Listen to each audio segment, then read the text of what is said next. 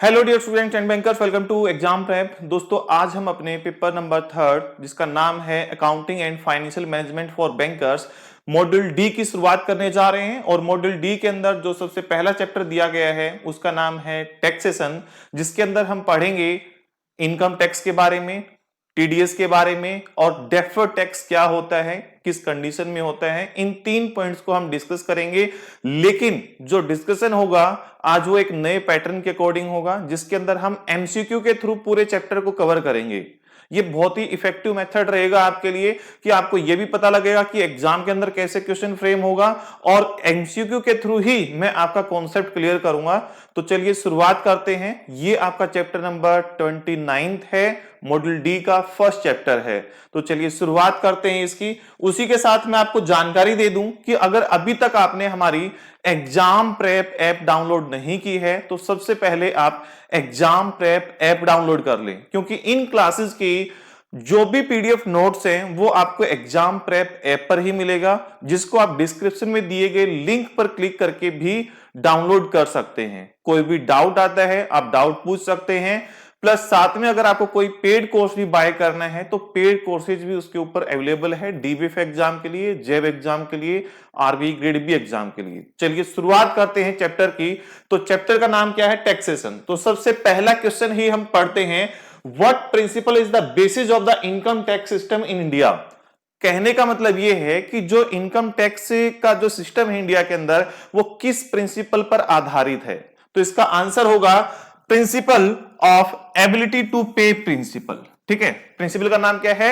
Ability to pay principal. इसका मतलब क्या हुआ कि जो व्यक्ति जितना अर्न कर रहा होगा उसके ऊपर उतना ही टैक्स लगाया जाएगा। अगर कोई व्यक्ति कम अर्न कर रहा है, उसकी एनुअल इनकम कम है, तो उसके ऊपर इनकम टैक्स कम रहेगा।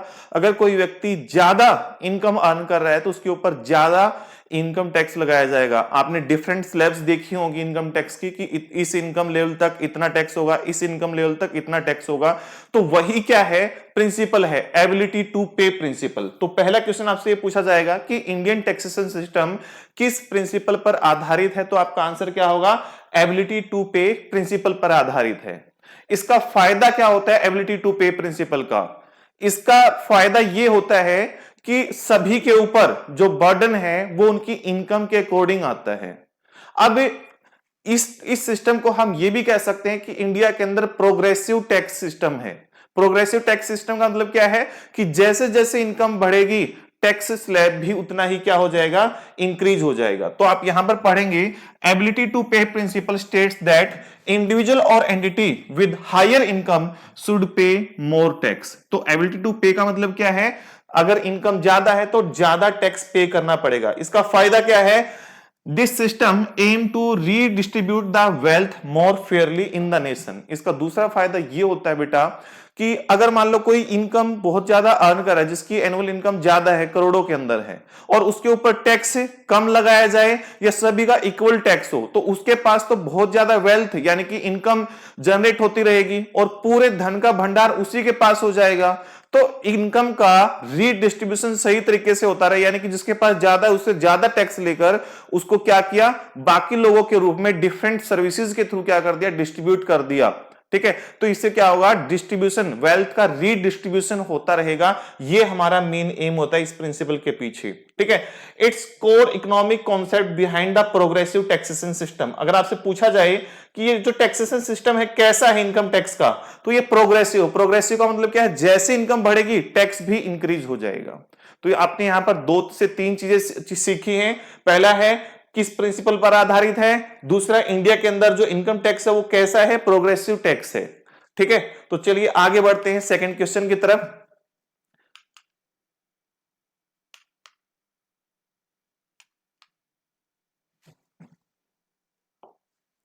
चलिए सेकंड क्वेश्चन है, what does PAN stand in the context of Indian taxation. PAN की फुल फॉर्म क्या होती है, आपसे ये पूछा गया है। तो बहुत इजी क्वेश्चन है, ये सभी को पता होगा, लेकिन इसी के साथ मैं आपको बाकी जानकारी भी दूंगा। PAN stand for permanent account number.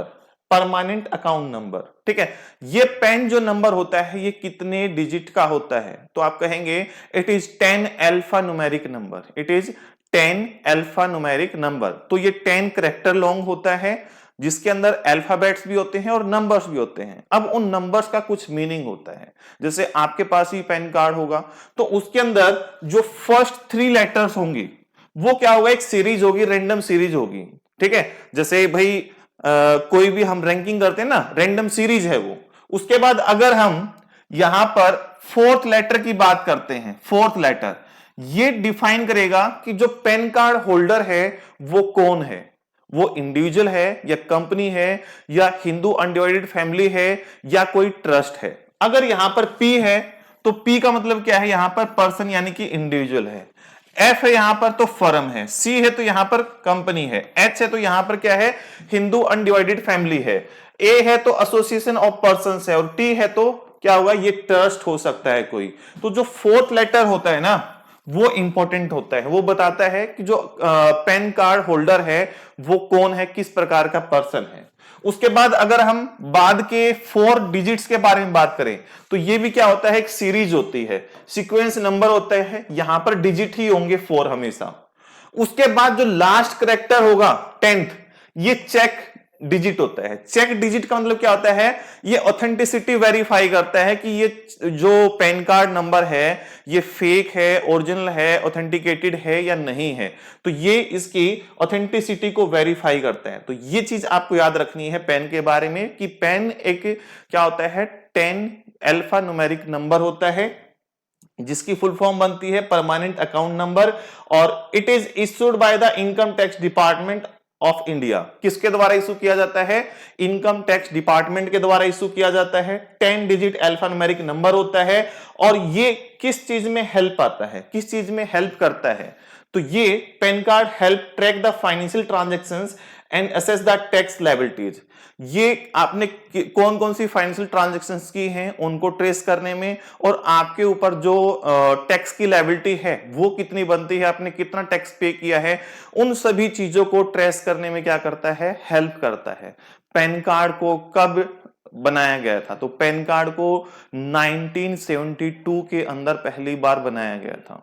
याद रखना है, पैन कार्ड को कब बनाया गया था, 1972 के अंदर बनाया गया था। इतनी चीजें आप याद रखोगे तो एग्जाम में आपको कोई ना कोई क्वेश्चन जरूर मिलेगा। चलिए और देखते हैं कि पैन कार्ड नंबर को क्या चेंज कराया जा सकता है। नहीं, पैन कार्ड नंबर को चेंज नहीं कराया जा सकता। एक बारी जो आपको पैन कार्ड अलॉट हो गया वही पैन कार्ड नंबर आपके पास हमेशा रहेगा। हां, आप भले ही अपना नाम चेंज करा ले, उससे पैन कार्ड पर कोई भी फर्क नहीं पड़ेगा। आप अपना नाम चेंज कराते हैं, कोई फर्क नहीं पड़ेगा। आप अपना एड्रेस चेंज कराते हैं, पैन कार्ड पर कोई फर्क नहीं पड़ेगा। अब कुछ दिन पहले क्या हुआ था कि पैन कार्ड के अंदर, कुछ महीने पहले क्या हुआ था, पैन कार्ड के अंदर कुछ डेवलपमेंट हुआ था। क्या डेवलपमेंट हुआ था, पैन 2.0 कहा गया था उस डेवलपमेंट को।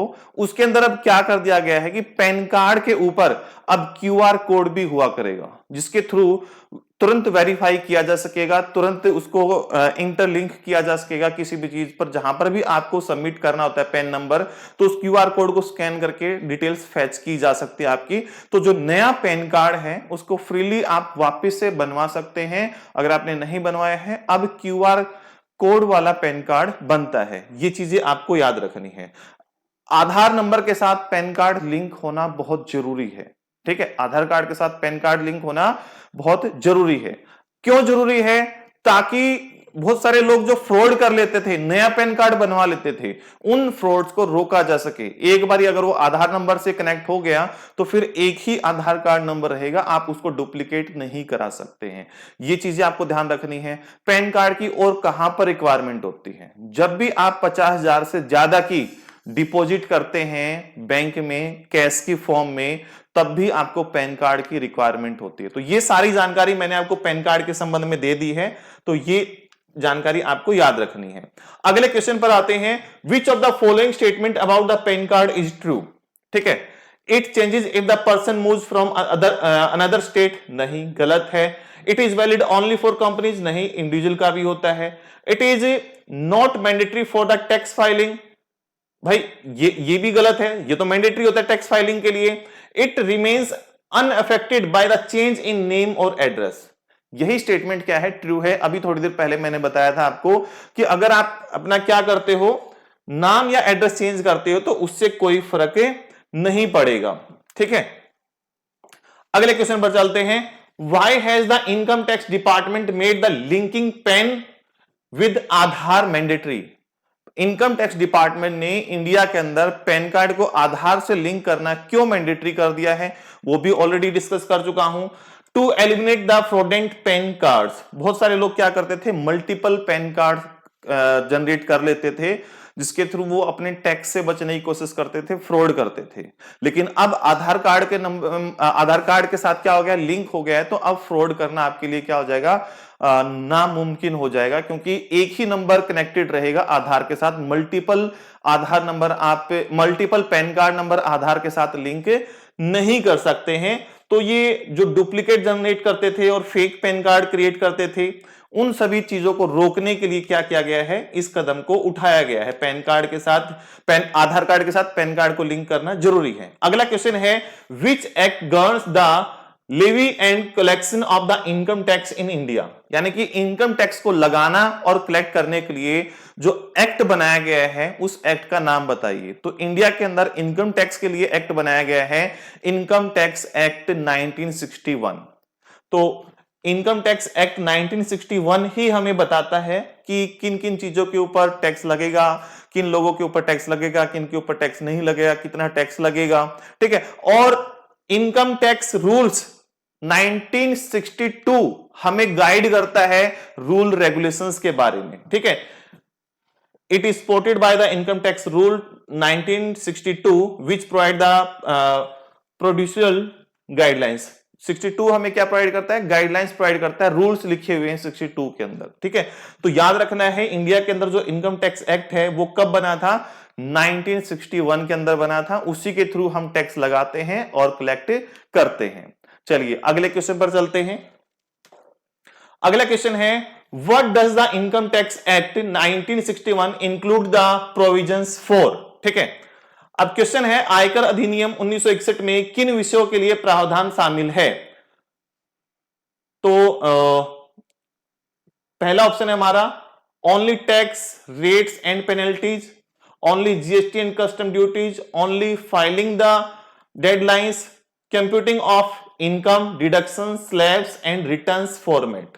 तो क्वेश्चन क्या है कि इनकम टैक्स एक्ट 1961 के अंदर किन चीजों के बारे में बताया गया है? क्वेश्चन क्या है, जो हमारा इनकम टैक्स एक्ट है उसके अंदर क्या क्या बताया गया है? तो उसके अंदर बताया गया है कि इनकम को कैसे कैलकुलेट करोगे, किसी भी व्यक्ति की, किसी भी कंपनी की, किसी भी फर्म की इनकम को कैसे कंप्यूट किया जाएगा, उसमें से कौन कौन सी चीजें डिडक्ट की जाएंगी जिनको इनकम नहीं माना जाएगा, उसके बाद इनकम के ऊपर लगने वाली जो टैक्स रेट्स होंगी उनकी क्या क्या स्लैब्स होंगी, और इनकम टैक्स रिटर्न कैसे फाइल होगा, इन सभी के बारे में जानकारी कहां पर दी गई है, इनकम टैक्स एक्ट 1961 के अंदर दिया गया है। तो क्वेश्चन था, what does the income tax act 1961 includes the provision for? तो प्रोविजंस किस किस के बारे में है, इन सभी के बारे में है।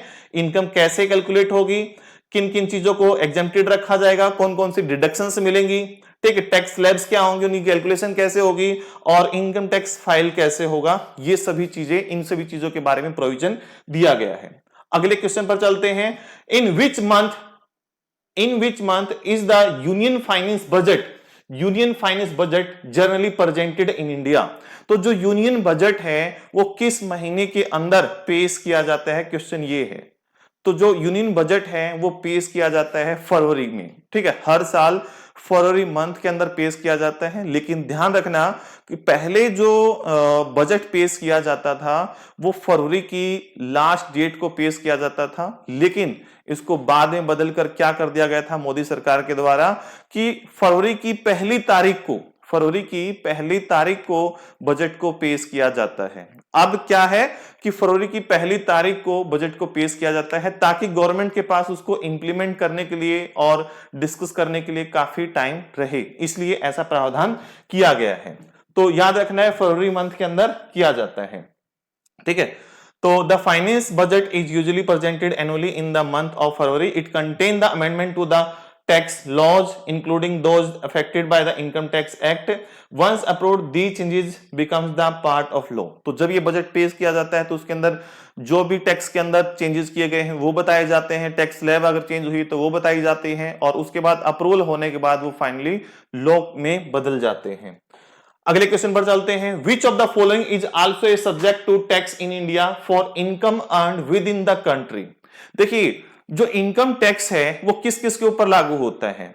ऐसा कोई भी पर्सन या कंपनी, कोई भी फर्म या ट्रस्ट जो with in India, Indian boundaries के अंदर कोई भी इनकम जनरेट कर रहा है तो उसके ऊपर लागू होगा। तो इंडियन सिटीजन्स, ठीक है, उनके ऊपर तो लागू होगा ही होगा, प्लस जो एनआरआई हैं उनके ऊपर भी लागू होगा अगर उन्होंने कुछ इनकम इंडिया के अंदर जनरेट की है। उनकी जो आउटसाइड इंडिया इनकम है उसके ऊपर इनकम टैक्स उनको पे नहीं करना होता है क्योंकि इंडिया के अंदर ड्यूअल टैक्सेशन सिस्टम नहीं है।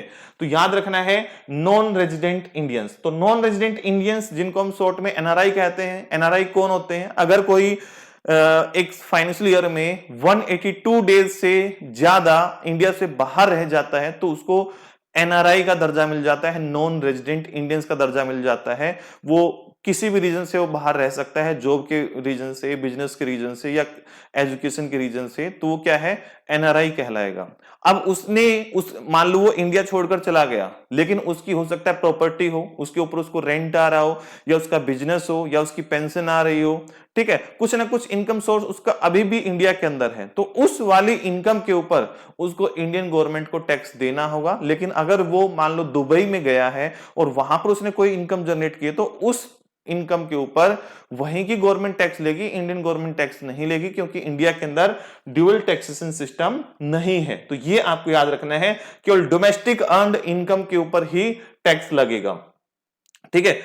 इंडियन सिटीजन्स, रेजिडेंट, ठीक है, सैलरीड इंडिविजुअल्स ओनली नहीं, इन पे तो लगता ही है, इसके ऊपर भी लगेगा, ठीक है, ये याद रखना है आपको। अगला क्वेश्चन है when do the amendment to the income tax act 1961 become a part of law. ठीक है,